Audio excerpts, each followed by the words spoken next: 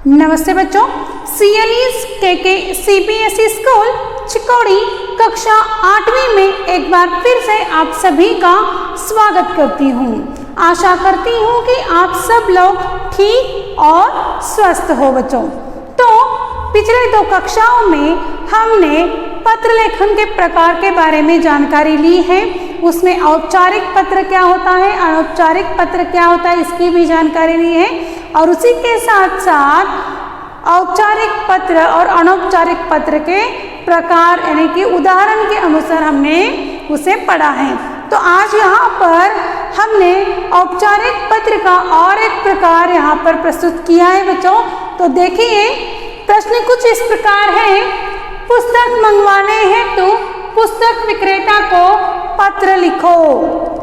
ये भी औपचारिक पत्र का एक प्रकार है। पुस्तक मंगवाने हेतु पुस्तक विक्रेता को हमें पत्र लिखना है। तो सबसे पहले आता है यहाँ पर दिनांक। जो आप लिखना चाहते हो, जिस दिन का आप दिनांक यहाँ पर लिखना चाहते हो, वो दिनांक यहाँ पर आएगा। ठीक है, जैसे कि हमने प्रार्थना पत्र में पढ़ा था, छुट्टी पत्र देखा है ना बच्चों, उसी प्रकार से ये भी पत्र का प्रकार है, लेकिन जो यहाँ पर मैटर आता है वो अलग रहता है। ठीक है, तो सबसे पहले यहाँ पर हम दिनांक लिखेंगे। दिनांक के बाद आता है प्रेषक। दिनांक के बाद क्या आता है? प्रेषक आता है, यानी कि पत्र भेजने वाले का पता। ठीक है, उसके बाद कौन पत्र भेज रहा है? यहाँ पर एक मैंने नाम लिखा है, समर कल से 8वीं कक्षा KK अंग्रेजी माध्यम पाठशाला चिकोड़ी। ठीक है, समर कल से 8वीं कक्षा, समर कौन से स्कूल का विद्यार्थी है? KK अंग्रेजी माध्यम पाठशाला चिकोड़ी का विद्यार्थी है। अब समर ने पुस्तक के लिए किसको पत्र भेजा है, किसकी सेवा में पत्र भेजा है, ये देखना है हमें यहाँ पर। सेवा में, उसके बाद कॉमा, माननीय प्रकाशक।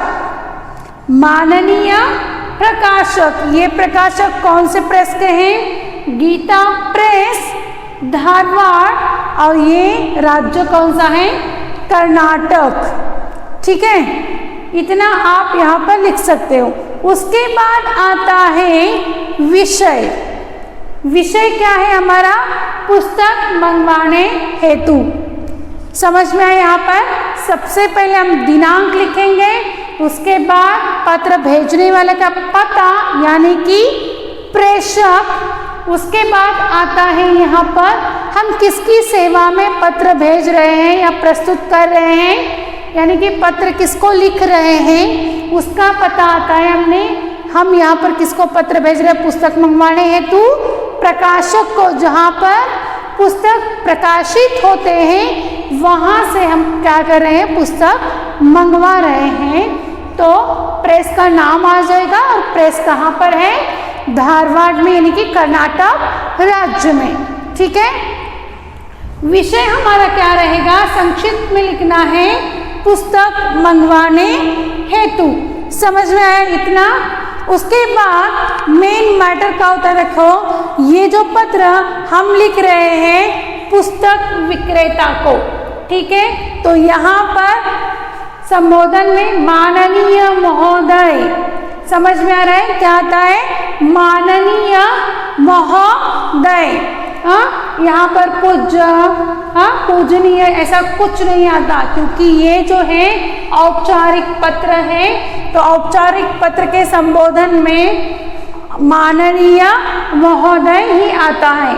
समझ में आया? उसके बाद हम यहाँ पर कुछ मैटर लिखते हैं। हमें पुस्तक चाहिए, तो डायरेक्टली हम मेन विषय को हमें यहाँ पर 2 पैसेज में लिखना है। पहले पैसेज में विषय लिखना है, संक्षिप्त विषय लिखना है विस्तार से। उसके बाद दूसरे पैराग्राफ में हम उनसे क्या अपेक्षा करते हैं वो लिखना है। समझ में आया? तो सविनय निवेदन है कि मैं KK अंग्रेजी माध्यम पाठशाला चिकोड़ी में कक्षा 8 का छात्र हूँ। सविनय निवेदन है कि मैं के अंग्रेजी माध्यम पाठशाला का छात्र हूँ। कहाँ का? कक्षा 8 का छात्र हूँ।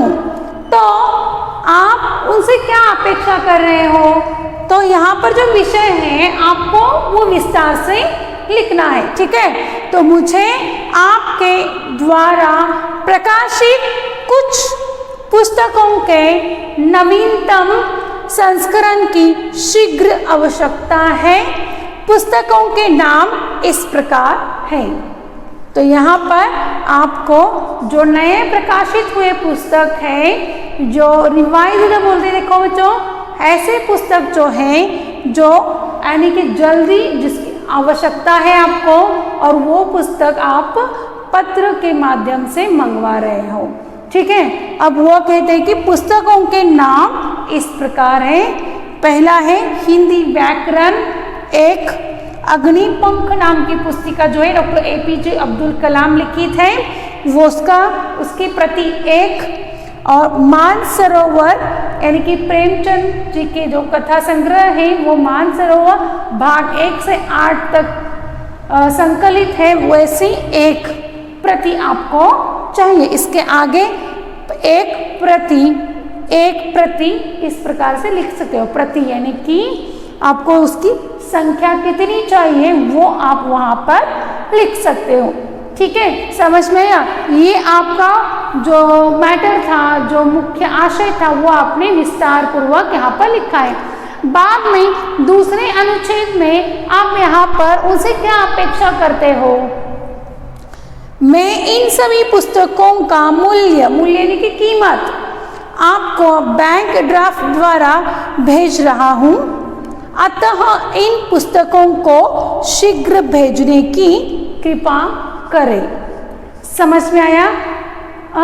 दूसरे पैसेज में आप क्या लिखोगे? दूसरे अनुच्छेद में क्या लिखोगे कि मैं इन पुस्तकों का मूल्य जो है वो बैंक द्वारा भेज रहा हूँ, अतः आपसे वो पुस्तकें शीघ्र मिलने की वो शीघ्र मुझे आप भेजने की कृपा करें, ठीक है बच्चों।